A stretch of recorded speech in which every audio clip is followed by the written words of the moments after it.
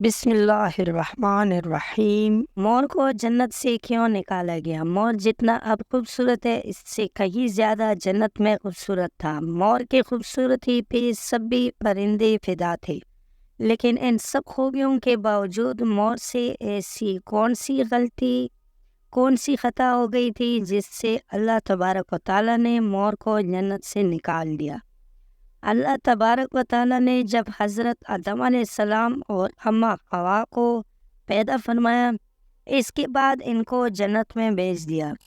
وہ دونوں جنت میں بہت ہی پرسکون رہتے تھے، بہت ہی لذیذ میوے پھل کھایا کرتے تھے، لیکن ایک اناج جس کو اللہ تعالیٰ نے انہیں منع فرمایا، اور وہ اناج گندم تھا، چونکہ شیطان حضرت آدم علیہ السلام کی وجہ سے ہی جنت سے نکالا جا چکا تھا۔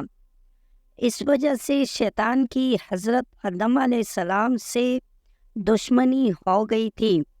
شیطان یہ چاہتا تھا کہ وہ کسی بھی طرح حضرت آدم علیہ السلام کو جنت سے نکال دے اور ساتھ میں اماں حوا کو بھی جنت سے نکال دے۔ جب شیطان کو یہ خبر ہوئی کہ حضرت آدم علیہ السلام کو تمام میوے کھانے کی اجازت ہے لیکن گندم کھانے کی اجازت نہیں ہے، تو شیطان انتقام کے آگ دل میں لیے جنت کے دروازے کے پاس بیٹھ گیا کہ کوئی جنت کے دروازے سے باہر آئے اور شیطان اس سے بات کر سکے۔ ایک دن اچانک سے مور جنت سے باہر آ گیا۔ شیطان اس کو دیکھتے ہی بہت خوش ہو گیا۔ شیطان نے پوچھا، اے خوبصورت پرندے، تم کون ہو؟ مور بولا، میں مور ہوں، اب تم اپنا تعارف کراؤ۔ شیطان نے جواب دیا کہ میں عالم کروبیہ کا ایک فرشتہ ہوں، میں اللہ پاک کی عبادت سے ایک پل بھی غافل نہیں ہوں۔ میں چاہتا ہوں کہ میں جنت میں جاؤں، وہاں کی نعمتوں کا اپنی آنکھوں سے مشاہدہ کروں۔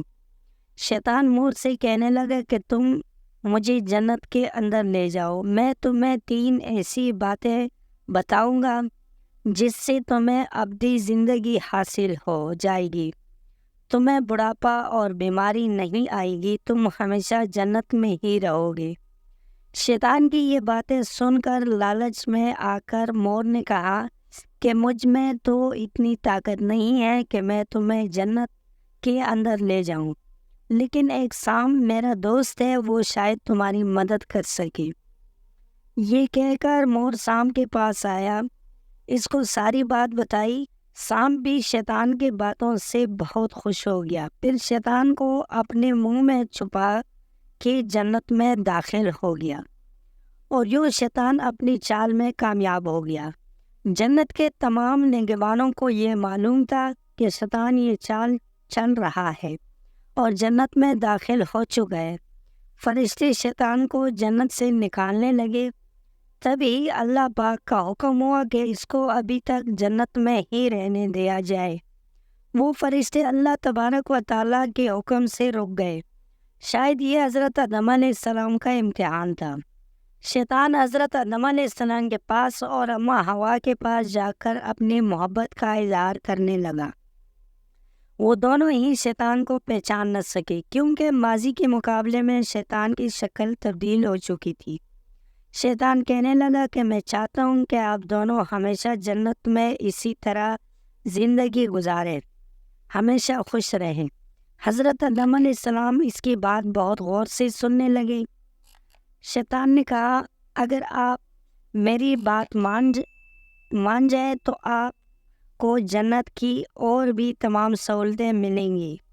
حضرت آدم علیہ السلام شیطان کے بہکاوے میں آ کر کہنے لگے کہ یہ کس طرح ممکن ہے؟ شیطان کہنے لگا، ایک گندم کا دانہ اگر آپ دونوں چکھ لیں تو آپ کو ابدی حیات حاصل ہو جائے گی اور آپ جنت میں ہی رہیں گے۔ یہ بات سن کر حضرت آدم علیہ السلام کی دل میں رجحان پیدا ہوا، لیکن ان کے دل میں اللہ کی نافرمانی کا خوف غالب آ گیا، جبکہ اماں حوا شیطان کے باتوں میں آ گئی، جس پر اماں حوا نے حضرت آدم علیہ السلام کو راضی کر لیا۔ پھر اس کے بعد ان دونوں نے اس گندم کے دانے کو چکھ لیا۔ جیسے ہی گندم کا دانہ ان کے اندر گیا تو دونوں کے ستر واضح ہو گئے، جس کے بعد دونوں اپنے اپنے ستر چھپانے لگے اور خوف خدا سے کانپنے لگے۔ اسی دوران اللہ تبارک و تعالیٰ نے فرشتوں کو یہ حکم دیا کہ حضرت آدم علیہ السلام اور اماں حوا دونوں کو زمین پر اتار دو۔ حضرت آدم علیہ السلام کو سری لنکا کے قریب نیچے زمین پر بیچ دیا، جبکہ اماں حوا کو جدہ کے سرزمین پر اتارا گیا۔ جن خوبصورت پیروں سے چل کر مور شیطان کو جنت کے اندر لے کر آیا تھا، وہی خوبصورت پاؤں اللہ پاک نے مور سے لے لیے۔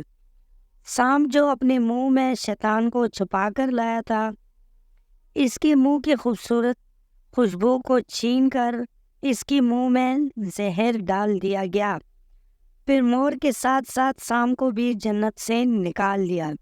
دوستوں، آپ کو آج کی کہانی کیسی لگی؟ امید ہے کہ ویڈیو اچھی لگی ہوگی۔ اگر ویڈیو پسند آئی تو ہمارے چینل کو سبسکرائب کر لیں۔